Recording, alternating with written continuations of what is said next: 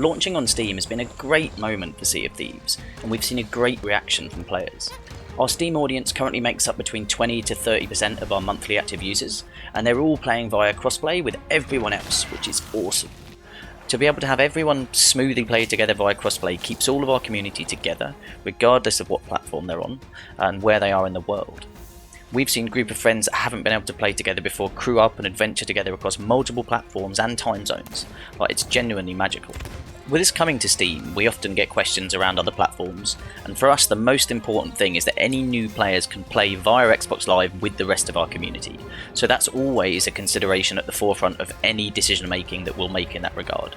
We continue to have huge plans for the future of Sea of Thieves, with a balance of regular releases and live events alongside those to keep our community engaged, but we've also got some big surprises up our sleeve as we look over the year ahead, and I genuinely believe the next year is going to be the biggest one yet for Sea of Thieves.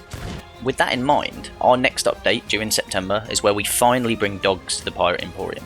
We brought cats to the game earlier in the year, which went down incredibly well, and now we're finally answering the demand for dogs.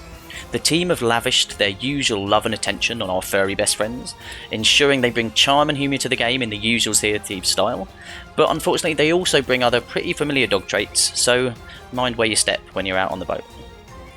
There's a bunch of other stuff coming in September, including an exciting new voyage type for the Gold Hoarders that will be a permanent addition to the voyage choices alongside X marks the spot and the riddle maps, but we'll be sharing more information on that as we get a little closer to the September release.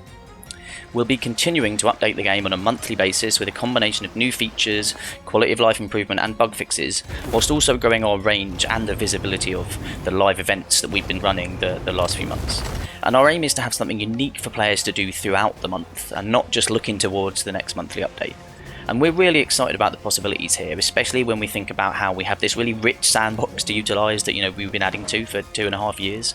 But then if you add in other players and the social dynamics that brings, we've just got some really interesting and exciting ideas for how to make the most of this with our live events. So I'm really interested to kind of see how that unfolds as we look forward. And if you're a new player or you're looking for a reason to come back to Sea of Thieves, there's always going to be something new to do.